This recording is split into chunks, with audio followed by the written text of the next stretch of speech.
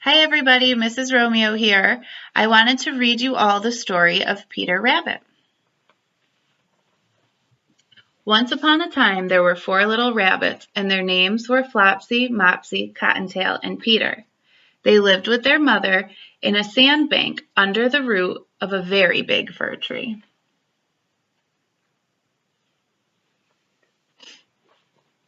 Now, my dears, said old Mrs. Rabbit one morning, you may go into the fields or down the lane, but don't go into Mr. McGregor's garden.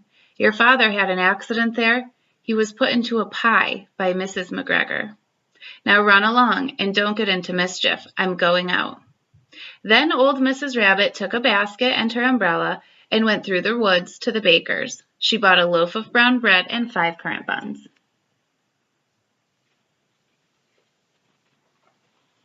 Flopsy, Mopsy, and Cottontail, who were good little bunnies, went down the lane to gather blackberries.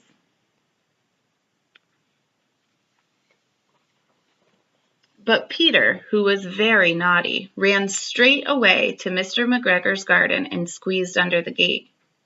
First he ate some lettuce and some French beans, and then he ate some radishes, and then, feeling rather sick, he went to look for some parsley.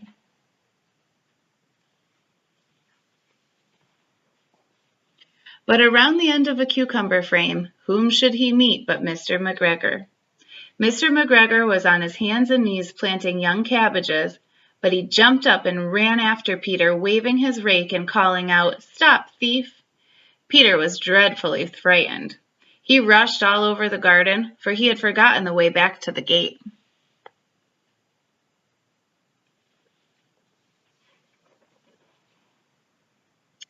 He lost one of his shoes among the cabbages, and the other one among the potatoes. After losing them, he ran on 4 legs and went faster, so that he might have gotten away if he had not unfortunately run into a gooseberry net and got caught by the large buttons on his jacket. It was a blue jacket with brass buttons, quite new. Peter gave himself up for lost and shed big tears, but his sobs were overheard by some friendly sparrows, who flew to him with great excitement and begged him to try to free himself.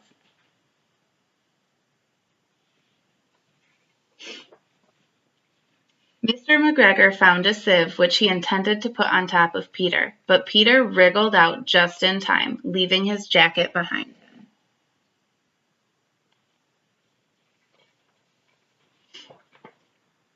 Peter rushed into the tool shed and jumped into a watering can.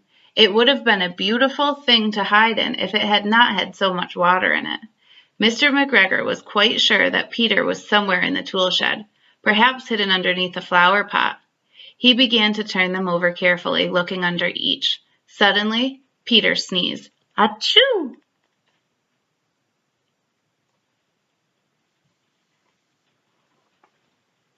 Mr. McGregor was after him in no time. He tried to catch Peter, who jumped out a window, upsetting 3 plants.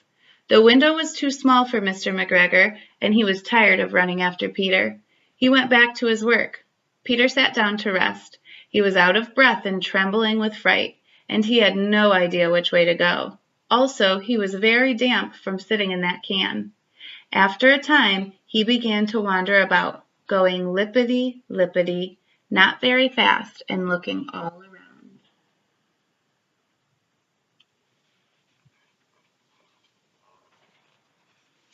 He found a door in a wall, but it was locked, and there was no room for a fat little rabbit to squeeze underneath. An old mouse was running in and out over the stone doorstep, carrying peas and beans to her family in the woods. Peter asked her the way to the gate, but she had such a large pea in her mouth that she could not answer. She only shook her head at him. Peter began to cry. Then he tried to find his way straight across the garden, but he became more and more puzzled. Presently he came to a pond. A white cat was staring at some goldfish. She sat very, very still, but now and then the tip of her tail twitched as if it was alive. Peter thought it best to go away without speaking to her. He had heard about cats from his cousin, little Benjamin Bunny.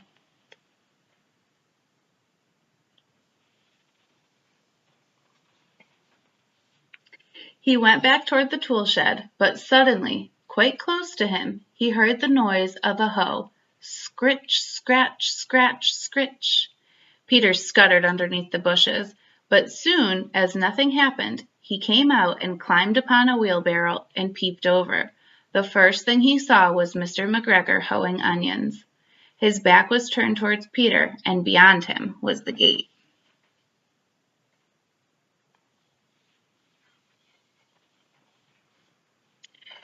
Peter got down very quietly off the wheelbarrow and started running as fast as he could go along the straight walk behind some blackberry bushes.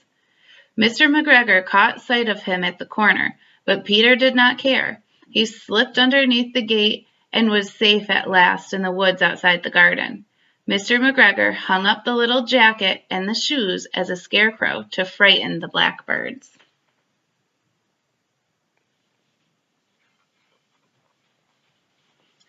Peter never stopped running or looking behind him until he got home to the big fir tree. He was so tired that he flopped down upon the nice soft sand on the floor of the rabbit hole and shut his eyes. His mother was busy cooking. She wondered what he had done with his clothes. It was the second little jacket and pair of shoes that Peter had lost in 2 weeks.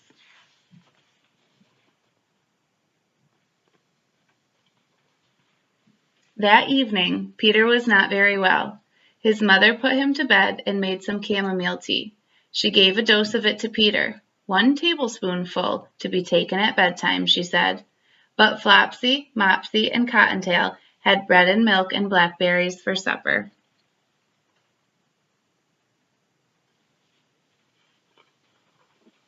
The end. So I hope that you're all doing well. I think I can speak on behalf of all of us that we really miss you guys so much. Continue to stay healthy, and with any luck, we'll see you as soon as we can. Bye, guys.